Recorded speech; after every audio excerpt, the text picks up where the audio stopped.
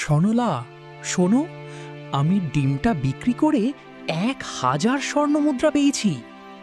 সত্যি? 1000 স্বর্ণমুদ্রা? আমি তো বিশ্বাসই করতে পারছি না। আমরা তো ধনী হয়ে গেছি। এখন আর আমাদের না খেয়ে থাকতে হবে না। আমরা ভালো একটা বাড়িতে থাকতে পারবো। হ্যাঁ সরলা, কিন্তু মনে আছে তো স্বর্ণ রাজহাঁস কি বলেছিল? এই টাকার অর্ধেক আমাদের গরিবদের মধ্যে বিলিয়ে দিতে হবে। তাই আমি 500 স্বর্ণমুদ্রা গরিবদের মধ্যে দিয়ে দেব। কিন্তু 500 স্বর্ণমুদ্রা তো অনেক। আমরা কি একটু কম দিতে পারি না? না সরলা, আমি স্বর্ণ রাজহাঁসকে কথা দিয়েছি, আমি আমার কথা ভাঙব না। আমাদের ঠিক অর্ধেকই দিতে হবে, না হলে জাদুকরি মুরগি আমাদের ছেড়ে চলে যাবে। আর এটাও ভাবো, আমরা তো প্রতিদিন একটা করে সোনার ডিম পাবো। আমাদের টাকার অভাব হবে না। আমাদের লোভী হওয়া উচিত নয় সরলা। আপনি একদম ঠিক বলছেন। আমাকে মাফ করে দিন। আমি একটু লোভে পড়ে গিয়েছিলাম। আপনি যা ঠিক মনে করেন তাই করুন। সেদিনই মনোহর গ্রামে গিয়ে 500 স্বর্ণমুদ্রা গরিবদের মধ্যে বিলিয়ে দিল। গ্রামের গরিব মানুষগুলো খুব খুশি হলো। তারা মনোহরকে অনেক আশীর্বাদ দিল। বাবা মনোহর, তুমি আমাদের গরিবদের অনেক বড় সাহায্য করেছ। আল্লাহ তোমাকে সবসময় সুখে রাখুন। তোমার ধন সম্পদ সবসময় বাড়তে থাকুক। তুমি খুব ভালো মানুষ। মা, আমি তেমন কিছুই করিনি। আমি নিজেও তো গতকাল পর্যন্ত খুব গরিব ছিলাম। আমি জানি গরিব হয়ে কিভাবে বাঁচতে হয়। তাই আমি আপনাদের মতো মানুষের সাহায্য করতে চাই। আপনারা শুধু আমার জন্য দোয়া করবেন। এইভাবে প্রতিদিন মনোহর মুরগির কাছ থেকে একটি করে সোনার ডিম পেত। সে সেটি বিক্রি করত এবং তার অর্ধেক টাকা গরিবদের মধ্যে বিলিয়ে দিত। ধীরে ধীরে মনোহর খুব ধনী হয়ে উঠল। সে একটি ভালো বাড়ি তৈরি করল, তবুও সে খুবই বিনয়ী রইল। সে সবসময় গরিবদের সাহায্য করত।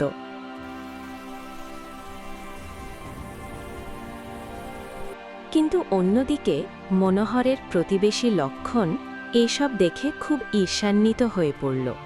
সে বুঝতে পারছিল না মনোহর এত দ্রুত ধনী হল কিভাবে। এই মনোহর এত তাড়াতাড়ি ধনী হয়ে গেল কিভাবে? কিছুদিন আগেও তো সে এত গরিব ছিল যে তার খাওয়ার মতোও কিছু ছিল না। আর এখন দেখো, সে কত বড় বাড়ি বানিয়ে ফেলেছে, তার কাছে কত ভালো কাপড় আছে। নিশ্চয়ই এর পেছনে কোনো রহস্য আছে। আমাকে জানতে হবে সে এত টাকা কোথা থেকে পাচ্ছে।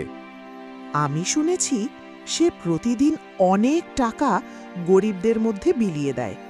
যদি সে এত টাকা বিলায়, তাহলে নিশ্চয়ই তার কাছে অনেক টাকা আসে। কিন্তু সে এত টাকা উপার্জন করে কিভাবে? সে তো হাঁড়ি বানায়। হাঁড়ি বিক্রি করে এত টাকা আসা সম্ভব না। হ্যাঁ, আমি একটা কাজ করি। আমি লুকিয়ে তার বাড়ির ওপর নজর রাখব। দেখি সে কি করে আর কোথা থেকে এত টাকা আনে। পরের দিন থেকে লক্ষণ মনোহরের বাড়ির ওপর নজর রাখতে শুরু করল। সে দেখল একটি মুরগি একটি সোনার ডিম দিচ্ছে। মনোহর সেই ডিম তুলে নিয়ে খুশি হচ্ছে। ও, তাহলে এটাই রহস্য। ওই মুরগির কাছেই সোনার ডিম দেওয়ার ক্ষমতা আছে। তাই তো, এই কারণেই মনোহর এত ধনী হয়ে গেছে। সে প্রতিদিন একটি সোনার ডিম বিক্রি করে আর অনেক টাকা উপার্জন করে। এখন আমাকে এই খবর রাজাকে জানাতে হবে। যদি রাজা এটা জানতে পারে, তাহলে সে মনোহরের কাছ থেকে ওই মুরগিটা ছিনিয়ে নেবে। তখন দেখি এই মনোহর কিভাবে ধনী থাকে। লক্ষণ দ্রুত রাজপ্রাসাদের দিকে রওনা দিল। প্রাসাদে রাজা ইন্দ্র সিংহাসনে বসেছিলেন। তার পাশে তার মন্ত্রী দুর্জন সিংহ দাঁড়িয়েছিল। দুর্জন সিংহ খুবই লোভী মানুষ। সে সব সময় নিজের লাভের জন্য রাজাকে ভুল পরামর্শ দিত। তখনই এক সৈনিক সেখানে আসলো।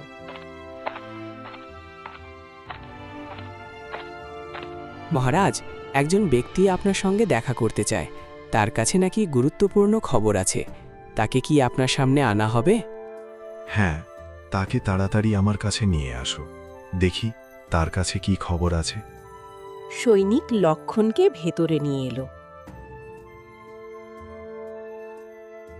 বলো, তুমি কে আর তোমার কাছে কি এমন গুরুত্বপূর্ণ খবর আছে? যদি তুমি অকারণে আমাদের সময় নষ্ট করো, তাহলে শাস্তি পাবে। মহারাজ, আমি আপনার সেবায় হাজির হয়েছি। আমার কাছে খুব গুরুত্বপূর্ণ একটি খবর আছে, যা আপনার রাজ্যের সঙ্গে সম্পর্কিত। আমাদের গ্রামে এক কুমোর থাকে, তার নাম মনোহর। তার কাছে এমন একটি মুরগি আছে যা প্রতিদিন একটি সোনার ডিম দেয়। সে সেই ডিম বিক্রি করে অনেক টাকা উপার্জন করছে। এখন সে খুব ধনী হয়ে গেছে। কি? একটি মুরগি সোনার ডিম দেয়? এটা কিভাবে সম্ভব? এটা তো খুবই আশ্চর্য ব্যাপার। তুমি কি নিজ চোখে এটা দেখেছ? হ্যাঁ মহারাজ, আমি নিজ চোখে দেখেছি। ওই মুরগি সত্যি সোনার ডিম দেয়। আমি আপনাকে মিথ্যা বলছি না। আপনি চাইলে আপনার লোক পাঠিয়ে তদন্ত করাতে পারেন। মহারাজ, এটি অত্যন্ত গুরুত্বপূর্ণ বিষয়। যদি সত্যিই এমন একটি মুরগি থাকে, তাহলে সেটি আমাদের রাজ্যের সম্পদ। এই রাজ্যে যা কিছু আছে সবই আপনার মহারাজ। সেই কুমোরের কোনো অধিকার নেই ওই মুরগিটা নিজের কাছে রাখার। আপনাকে অবিলম্বে আদেশ দিতে হবে যেন সেই মুরগিটিকে প্রাসাদে নিয়ে আসা হয়। তুমি ঠিক বলছো মন্ত্রীজি। যদি এমন কোনো মুরগি থাকে তবে সেটা প্রাসাদেই থাকা উচিত। তুমি যাও এবং সেই কুমোরের কাছ থেকে মুরগিটা নিয়ে আসো। যদি সে দিতে অস্বীকার করে তাকে জানিয়ে দিও এটা রাজার আদেশ। আর তারপরও যদি সে না দেয় তবে তাকে বন্দি করে নিয়ে এসো। যেমন আপনার আদেশ মহারাজ। আমি এখনই যাচ্ছি এবং সেই মুরগি নিয়ে আসছি। মন্ত্রী দুর্জন সিংহ কয়েকজন সৈন্য নিয়ে মনোহরের বাড়ির দিকে রওনা দিল। লক্ষণও তাদের সঙ্গে গেল। সে খুব খুশি ছিল, কারণ সে ভাবছিল এখন মনোহরের ধন সম্পদ শেষ হয়ে যাবে। কি ব্যাপার মন্ত্রীজি, আপনি এখানে কি করছেন? কোনো সমস্যা আছে নাকি?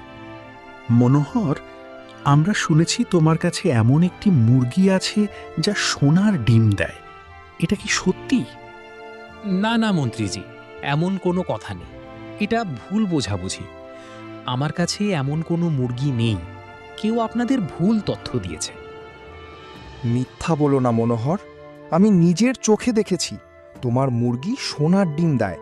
তুমি রাজ্যের মন্ত্রীকে মিথ্যা বলছো? এটা খুব বড় অপরাধ। তুমি আমার ওপর নজর রেখেছিলে লক্ষণ? তুই এত নিচে নেমে গেলে? আমার সাফল্য দেখে এত হিংসা হলো যে তুমি রাজাকে গিয়ে আমার বিরুদ্ধে অভিযোগ করেছ? আমি তোমার কি ক্ষতি করেছি? আমি তো কোনো অন্যায় করিনি।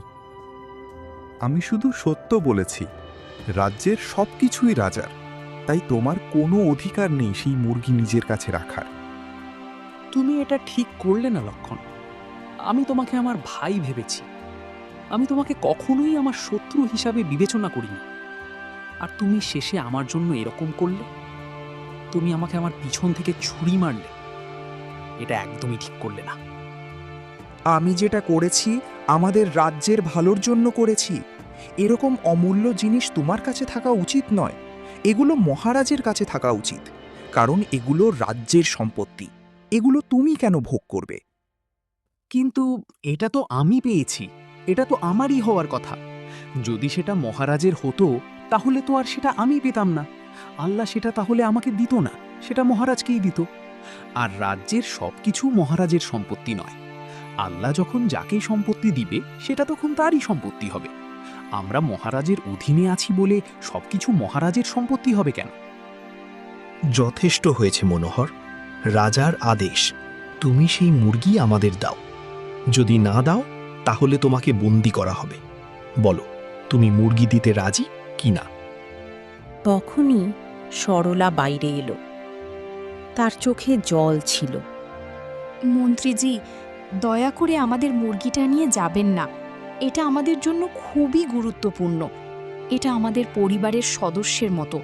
আমরা এছাড়া থাকতে পারবো না। দয়া করে আমাদের ওপর দয়া করুন। আমাকে তোমার কোনো কথাই শুনতে হবে না। এটা রাজার আদেশ, আর রাজার আদেশ মানতেই হবে। এখন তাড়াতাড়ি বলো, মুরগিটা কোথায়? না, আমি আমার মুরগি দেব না। এটা আমার মুরগি। এটা আমাকে দেওয়া হয়েছে। রাজার এর ওপর কোনো অধিকার নেই। সৈন্যরা, ভেতরে যাও, মুরগিটা খুঁজে বের করো, আর এই মনোহরকে বন্দি করো। সে রাজার আদেশ অমান্য করেছে। সৈন্যরা ঘরের ভেতরে ঢুকল।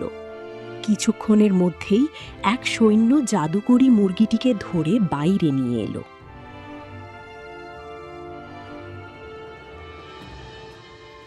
খুব ভালো। এখন সাবধানে মুরগিটা ধরো, একে যেন কোনো ক্ষতি না হয়। আর এই মনোহরকে প্রাসাদের কারাগারে নিয়ে যাও। না না, এটা ভুল হচ্ছে। তোমরা অন্যায় করছো। এই মুরগি আমার, তোমাদের এটা নেওয়ার কোনো অধিকার নেই। এই স্বর্ণহংস, আমাকে বাঁচাও, আমাকে সাহায্য করো। কিন্তু মনোহরের ডাকে কেউ সাড়া দিল না। সৈন্যরা তাকে ধরে নিয়ে গেল। মন্ত্রী মুরগিটিকে নিয়ে প্রাসাদের দিকে রওনা দিল।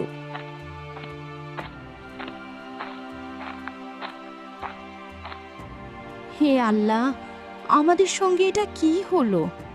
আমাদের সঙ্গে এত অন্যায় কেন হচ্ছে?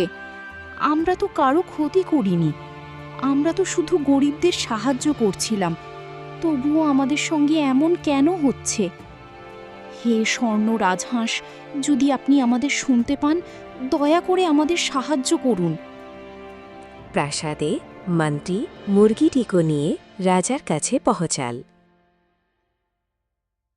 বাহ মন্ত্রীজি, তুমি খুব ভালো কাজ করেছ। এই মুরগিটা সত্যিই খুব সুন্দর। এখন একে ভালোভাবে রাখো। কাল থেকে এটা আমাদের প্রতিদিন সোনার ডিম দেবে।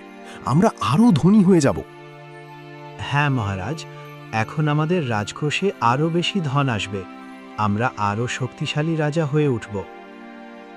অন্যদিকে কারাগারে মনোহর খুবই দুঃখে ভেঙে পড়েছিল। সে কিছুই বুঝতে পারছিল না। হে আল্লাহ, আমি কি অপরাধ করেছি? আমি তো স্বর্ণ রাজহাঁসের সব কথা মেনেছি। আমি গরিবদের সাহায্য করেছি। আমি কখনো কারো ক্ষতি করিনি। তবুও আমার সঙ্গে এমন অন্যায় কেন হলো?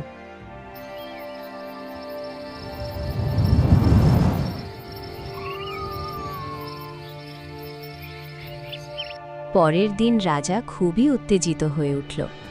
রাজা ভোরবেলা ঘুম থেকে উঠে সঙ্গে সঙ্গে মুরগিটিকে দেখতে গেলেন, কিন্তু সেখানে কোনো সোনার ডিম ছিল না।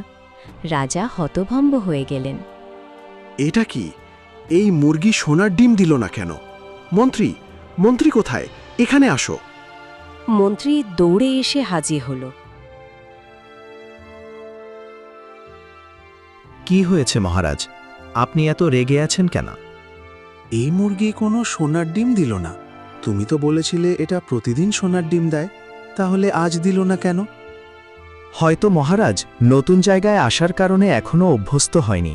কাল নিশ্চয়ই দেবে, আপনি চিন্তা করবেন না।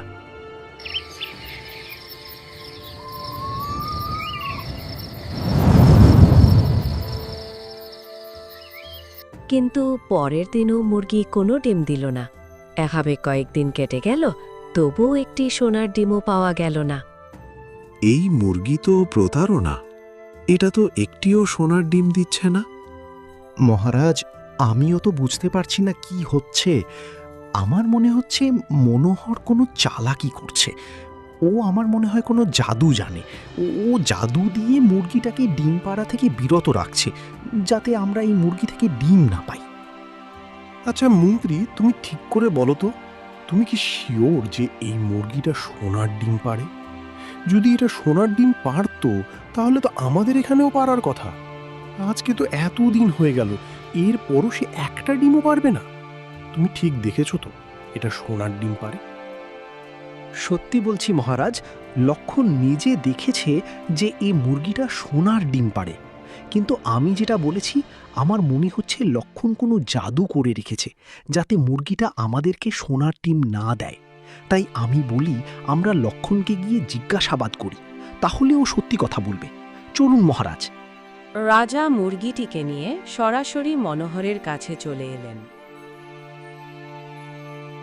মনোহর, এই মুরগি সোনার ডিম দিচ্ছে না কেন? তুমি কি কোনো জাদু করেছো? সত্যি বলো, না হলে তোমাকে কঠোর শাস্তি দেওয়া হবে। মহারাজ, আমি কোনো জাদু করিনি। এই মুরগি সত্যিই জাদুকরি। সে শুধু সেই মানুষকেই সোনার ডিম দেয় যে দয়ালু ও নিঃস্বার্থ, যে গরিবদের সাহায্য করে, তার জন্যই সে ডিম দেয়। কি সাহস তোমার? তুমি আমাকে লোভী বলছো?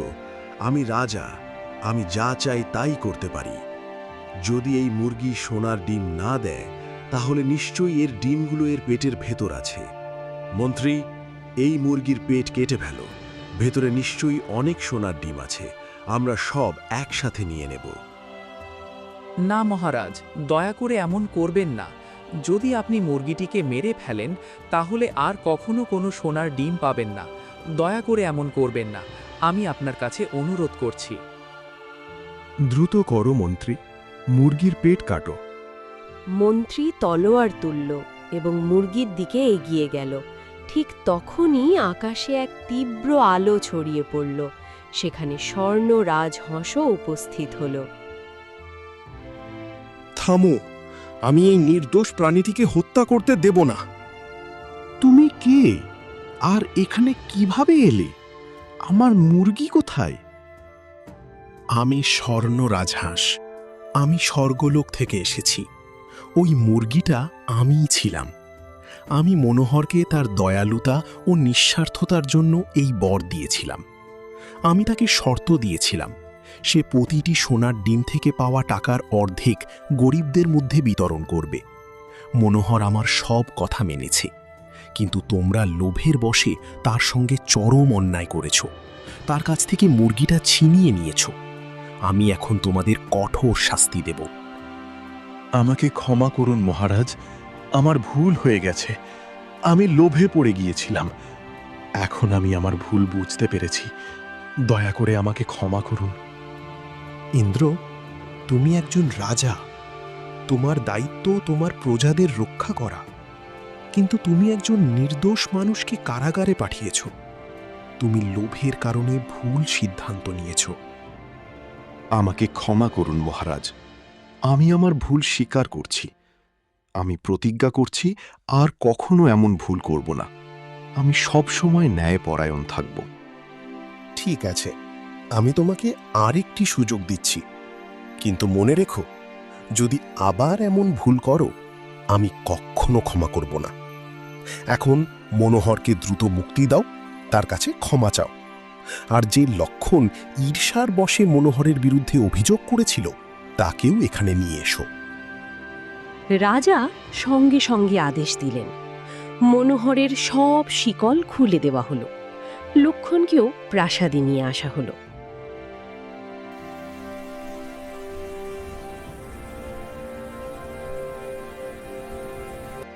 মনোহর, আমার খুব বড় ভুল হয়ে গেছে। আমি তোমার সঙ্গে ভীষণ অন্যায় করেছি। আমি লোভে পড়ে গিয়েছিলাম। আমি আমার ভুল বুঝতে পেরেছি। আমাকে ক্ষমা করো, আমাকে ক্ষমা করো, আমাকে ক্ষমা করো। মহারাজ, আমাকে শুধু আমার স্ত্রীর কাছে ফিরে যেতে দিন। আমি শান্তিতে আমার জীবন কাটাতে চাই। আর তুমি লক্ষণ, ঈর্ষার কারণে তুমি তোমার প্রতিবেশীর সঙ্গে বিশ্বাসঘাতকতা করেছ। তোমার লজ্জা হয়নি? মনোহর তোমার কি ক্ষতি করেছিল? সে তো শুধু নিজের পরিশ্রমে ধন উপার্জন করেছিল। আমাকে ক্ষমা করুন মহারাজ, আমি খুব বড় ভুল করেছি। আমি ঈর্ষায় অন্ধ হয়ে গিয়েছিলাম। আমি আমার ভুল বুঝতে পেরেছি। মনোহর ভাই, আমাকে ক্ষমা করে দাও, আমাকে ক্ষমা করে দাও ভাই। আমি তোমাকে ক্ষমা করলাম লক্ষণ, কিন্তু মনে রেখো, ঈর্ষা একটি খুব খারাপ জিনিস। এটা মানুষকে ভিতর থেকে ফাঁকা করে দেয়। আমাদের অন্যের সাফল্যে খুশি হওয়া উচিত, ঈর্ষা করা নয়। আজ আমি তোমাদের সবাইকে একটি বড় শিক্ষা দিলাম। লোভ সবসময় খারাপ, আর ঈর্ষা সবসময় ধ্বংস ডেকে আনে। আমাদের সবসময় দয়ালু ও নিঃস্বার্থ হতে হবে। কিন্তু মনোহরের পরীক্ষা যখন নেওয়া হলো, তখন সে তার ধৈর্য হারায়নি। সে তার সততা কখনো ছাড়েনি।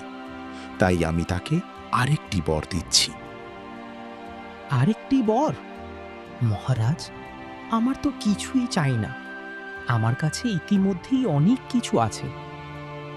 মনোহর, তোমার এই বিনয়ই তোমার সবচেয়ে বড় শক্তি। এখন শোনো, এখন থেকে তোমার মুরগির আর প্রয়োজন নেই। এখন থেকে তোমার হাতে এমন শক্তি থাকবে যে তুমি যে মাটির পাত্রই বানাবে তা সোনায় পরিণত হবে। কিন্তু শর্ত একই থাকবে, প্রতিটি পাত্র বিক্রি করে পাওয়া অর্থের অর্ধেক গরিবদের মধ্যে বিতরণ করতে হবে। আর মনে রেখো, এই শক্তি তখনই থাকবে যতক্ষণ তুমি দয়ালু ও নিঃস্বার্থ থাকবে। যদি তুমি লোভী হয়ে যাও, এই শক্তি চিরতরে শেষ হয়ে যাবে। ধন্যবাদ মহারাজ, আমি আজীবন আপনার কাছে কৃতজ্ঞ থাকব। আমি প্রতিজ্ঞা করছি, আমি সব সময় দয়ালু ও নিঃস্বার্থ থাকব। আমি সব সময় গরিবদের সাহায্য করব। তুমি ও তোমার স্ত্রী সব সময় সুখে থাকো। এই বলে স্বর্ণ রাজহাঁস আবার উজ্জ্বল আলোতে অদৃশ্য হয়ে গেল।